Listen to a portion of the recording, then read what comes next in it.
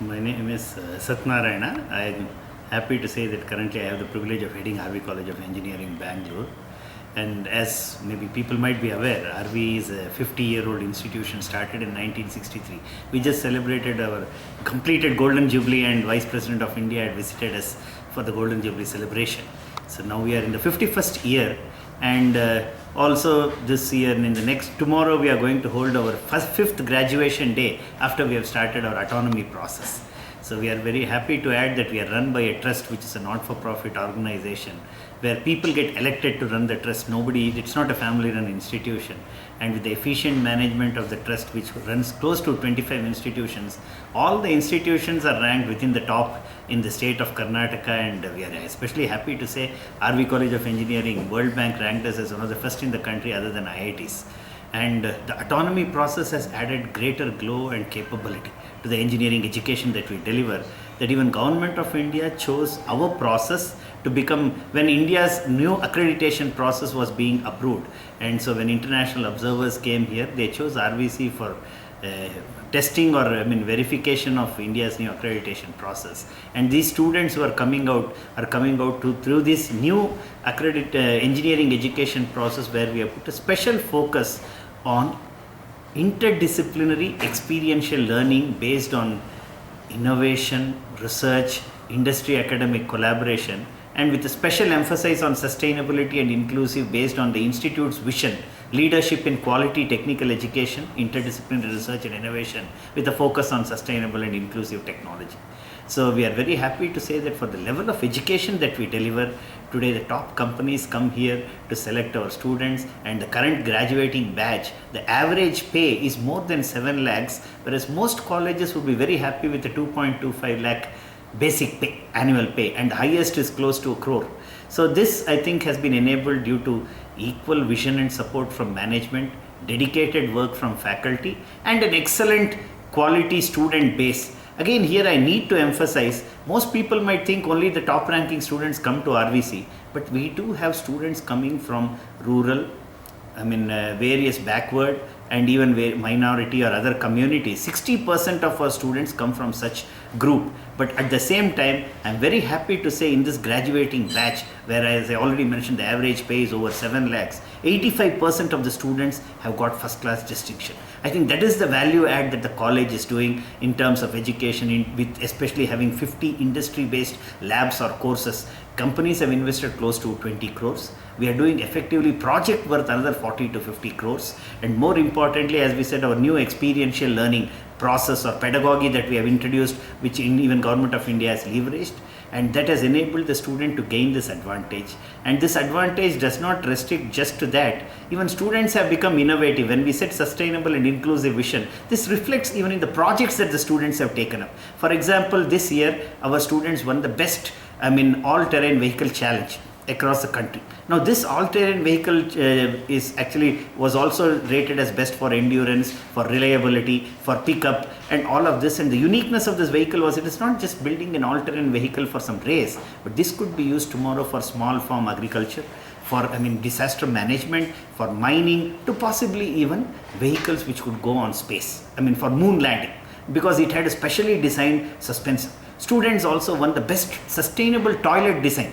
So when I say sustainable and inclusiveness, besides again winning the best of hackathons and software program in the country, they also have been actively engaged in technology relevant to society.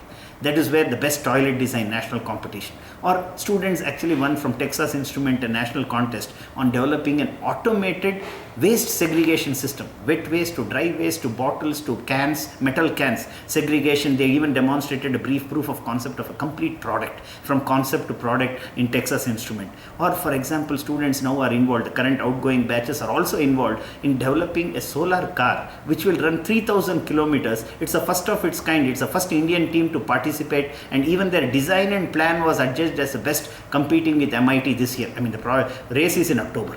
But the uniqueness is, each of this does not end with this product, but at least 100 additional spin-off technologies can come just from the solar car.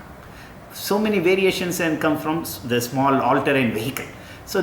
And therefore we are very happy to say that we are able to deliver holistic education with moral values and making them as cutting edge leaders of the future, enabling the country with due help, as I said again, from the management, full work and sustained effort from students and the faculty.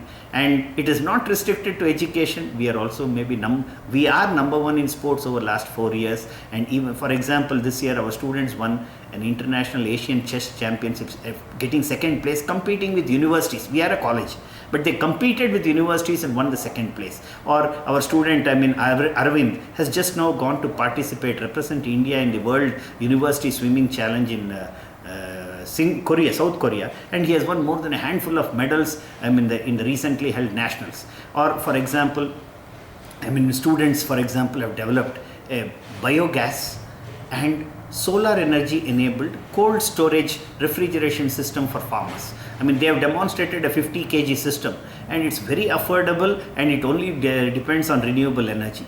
So this shows that our students are leveraging cutting edge technology to deliver inclusive, sustainable solution, and which would enable the people. And so they are not just getting here just for the job, but they are seriously here to deliver quality, innovation, and even entrepreneurship.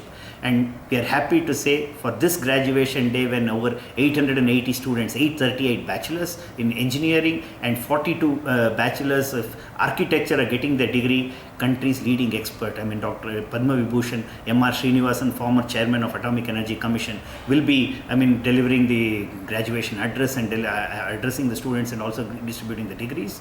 We are equally happy to say we have our own alumni, Dr. Gopichand Katragada, who was earlier heading Jackwell Technology Research Center, and currently he heads the 100 billion Tata Group as a Chief Technology Officer, is the guest of honor. And again, it's a great privilege that he is completing 25 years of his graduation from RVCE, and 50 years of RVC existence is over. The 51st year students are getting their graduation degree. And so it's a very good coincidence that and especially when Tatas are looking at Make in India, by linking all their competence, when we ourselves have built complete competence for Make in India, from a market survey to concept creation to proof of concept development, testing, verification, to scale up for production within the campus with our own capabilities and design process and systems, and with support from over the 50 companies which have invested in the lab. I think it's a very apt moment that we have such experts who have developed indigenous technology coming here. And so it's truly a celebration of having completed 50 years, moving into our 51st year, and graduation of students, making them attain their dreams and aspiration. And we will welcome you all to come and join us during this graduation ceremony. And we look forward to grow further, and we need continuous support from everyone. And I again actually wish all our students who are graduating all the best, and we would especially remind them that they should continue to come and also serve the institution. Not many people know that as per the current Karnataka government 2006 Act, our cost, if it is averaged for 3 batches over 6 years, would be more than 5 lakhs. But 85% of our students are being subsidized. More than 55% just pay 15% of the cost. All our masters, our 1,600 students, pay 20% of the cost. Our Comet K students pay about 35% of the cost. Rest is being subsidized by the college. So in line with the original mission and vision of the college of excellence in education and commitment to society, the college continues to deliver quality education at a very, very affordable cost, without bias or favor towards any caste, creed or religion, and openness and merit as only criteria. And so we would like the students who have benefited from the system to also contribute to the society, to the country, and also when they are well settled, something more to their alma mater, so that we could continue to give this society service to the society. And once again, I congratulate the graduating students of this year. Thank you. Very happy to add that we continue to have near 100% placement. I already mentioned about the salary, and more importantly, as I mentioned earlier, more than 60% of the students come from diverse background, and there are even people who have hardly had any education in their family. They are first time learners, and such students today have graduated. As I said, 85% of them have first class distinction, 100% placement. And even among this 85 people, first time learners from family have been able to join companies like KPMG, McKinsey or Goldman Sachs or Deloitte. I think it's a great facilitation, because nobody in their family had ever got a degree, and they come here. And even more important aspect of facilitation is, for example, diploma students. who have not even gone through the grind and competition of the CET. And this year, in civil engineering and mechanical engineering, our top rankers are diploma students. And 4 or 5 of the top 5 ranks in civil engineering are my diploma students. 2 people, first ranker and the 10th ranker in mechanical engineering is diploma. This shows the value addition that we do and how truly people from all background are enabled to reach their aspirations and dreams. And as I mentioned, 100% pass. Everybody eligible is getting, all those who are eligible in the final year invariably get their degree and get a job. So these are quite unique facilitation that we are able to do. And so I request all our even alumni, if they have had the opportunity to look at it on the web, to please join us for our graduation day, or as and when you come to Bangalore, do visit us, keep in touch with us. I am sure all our web addresses, email IDs are also on the web, and we look forward to hearing from you. And as I mentioned earlier, again, continued support from all of you so that we could deliver this quality, affordable education to all and enable this nation to truly attain greatness. Thank you very much. Sir, yours RV College of Engineering. It's famous for many projects, so that the students are doing. Yes. So national as well as international level. Yes. So they got their names for the good projects. Yeah. So your institution interaction is very good. Yeah. So what is your next step? So for your PG students or the persons who are doing PhD here, so how far you are going to? I think this is a very great question. So as we said, we have already brought in interdisciplinary experiential learning with a focus on teaching learning process, research, innovation and industry academic collaboration, all built into teaching from the very first semester. And both in bachelor and now with the autonomy expected in the master program, we are bringing it together. Our clear roadmap for future, as you rightly mentioned, students have done wonderful projects. They have won national and international accolades for all their work so far. No other college has got this fame. Yeah, and also as you mentioned, no other college even has 50 companies engaged with any engineering college in the country. No NITs or even say other colleges do not have this. So we would like to now leverage all of this, and plus, as I mentioned, we have created huge amount of infrastructure for complete Make in India and for opportunities both in service industry and new emerging disruptive technology, whether you go by McKinsey's prediction, whether you go by Boston Consultancy predictions, whether you go by OECD or UN predictions. It is supposed to be close to 80 to 100 trillion dollars, not 1 or 2 billion, 80 to 100 trillion dollars in next 30 years.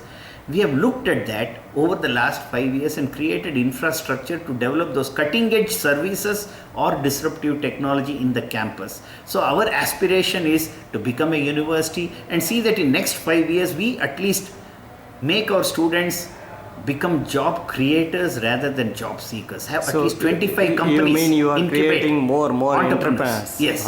Our aspiration now, because if you look at Stanford, in the last 50 years, they have created over 40,000 companies and 3.5 million employees employed in those companies. We cannot even talk of 50 companies from all Indian education system.